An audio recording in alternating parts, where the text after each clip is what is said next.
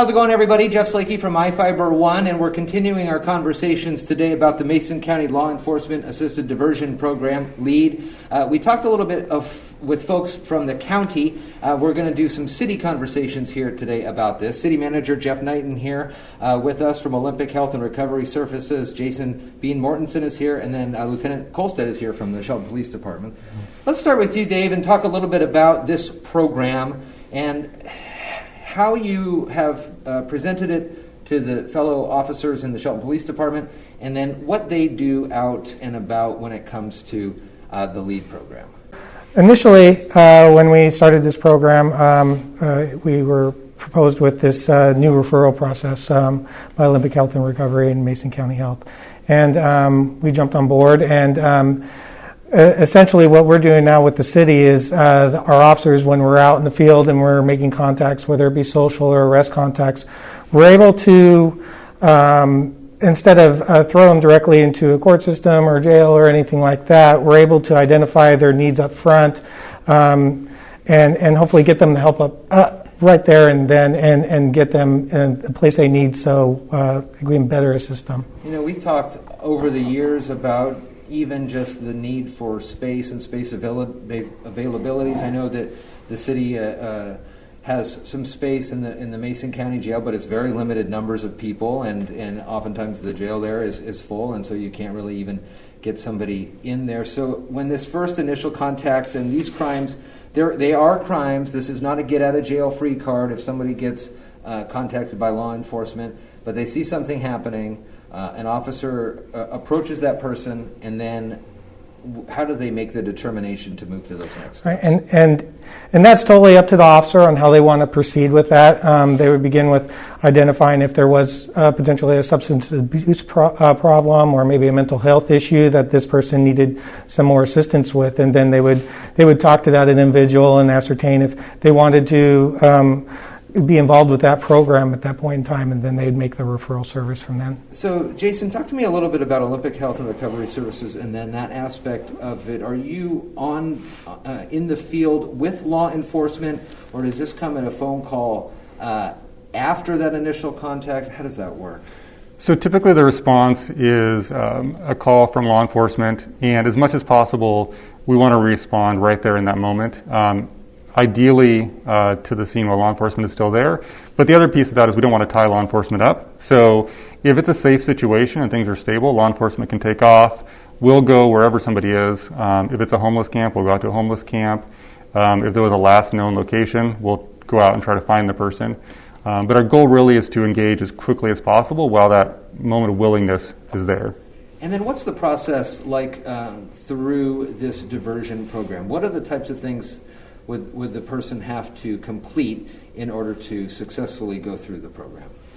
So we're kind of taking a harm reduction approach. So they don't necessarily need to follow a strict compliance-based model like they might in like a drug court program or something like that. It really is person-centered, and we're trying to meet with the individuals, figure out what would help them most, kind of stabilize in their lives. And so far, we've already helped people with rain gear for their employment. Looking at housing options. Ultimately, we would like to get people to a point where they want to go through treatment in a formal sense, but it really is just kind of walking alongside that person, getting them to reduce harm in their lives, and ultimately have less contact with law enforcement and generally have a stable recovery going forward. Jeff, I talked with County Commissioner Schutte yesterday about what made this attractive to the county commissioners to bring this on board. I'm going to ask you the same thing when it comes to the city. I think it's important that, number one, that we address the issues as they pop up, and this program does that. It's an evidence-based system. It's worked in other areas, and it's very effective at reducing law enforcement contacts. The other part that makes it attractive is the collaboration, the community collaboration between Mason County, the Public Defender's Office, the Mason County Prosecutors Office, Sheriff's Department, our police department, and the city. I think it's a community-based approach that we can help friends and neighbors and other citizens of the Shelton Mason County community have better outcomes, produce better outcomes for the people that we're helping and the community itself. And Lieutenant, these aren't necessarily, it doesn't have to just be when you see a crime happening. There's other opportunities for folks to be proactive in maybe identifying a person who could be good for this. Absolutely. I mean, the police department gets numerous calls a day, and not necessarily they're all crime-related, assistance calls or whatever that be.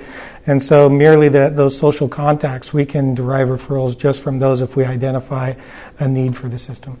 And Jason, over the course of the last 7 months or so, have you seen the needs dramatically increase, kind of stay the same, or where are we at in how COVID has played into a part of all this? Yeah, so generally across the system, there's been a lot of projections from the Department of Health and others about an increased need, and especially over the last 2-3 months, we've noticed an increase in needs, specifically in the crisis services system. And this program specifically could help address some of that crisis need as well. But yeah, there's an increased need for behavioral health services right now for sure. It's a multi-year grant-funded program, so we'll see longevity on this and get to some good numbers. And you mentioned elsewhere across the state and the country, these are in action and seem to be working. Do you have any of you really have any other stats or anecdotal stories that have come from this, that somebody was able to really see that change where they went one path when they could have gone the other? I mean, so far, the original model, a big study they had showed, I think it was a 58% reduction in recidivism, which is pretty outstanding. And just so far, like I mentioned, we've got a couple individuals that we've only been working with for maybe a month that are beginning to make changes on their own, and then report back to the case managers, hey, I went and did this thing, or I reached out to support enforcement and I'm taking care of that. And it's really exciting to see people have that autonomy and motivation to begin improving their lives. And I think that if it bears out to be 50% recidivism, that's a pretty good number for you guys. We absolutely love that number, yes. I mean, notoriously the police department, we do, most of our activities sometimes surround just a minute percentage of the community, and if we can get those people help and off, that would definitely help us out.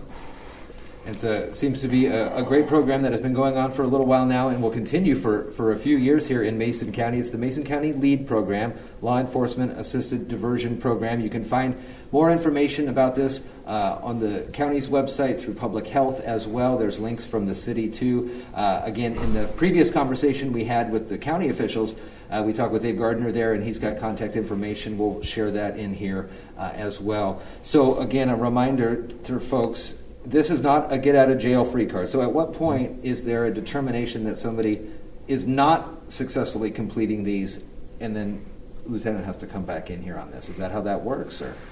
Well, so the charge would be referred to the prosecutor's office, and it's essentially just kind of held at that point. The individual needs to follow up typically within 30 days to get fully engaged in the program. And at that point, if they're fully engaged, they're making progress, the prosecutor gets to just kind of let that charge go. We do regular staffings where we talk about how cases are going. So if there's a need for an extension for some special reason, the prosecutor has the option to do that. But typically we want to see somebody engaged and rolling within 30 days. Again, the Mason County LEAD program will have information and the links to this so you can find out more information. Again, City Manager for the City of Shelton, Jeff Niten, Jason Bean-Mortinson from Olympic Health and Recovery Services, and Lieutenant Kostad from Police Department. Thank you so much, guys. Thank you. Thank you.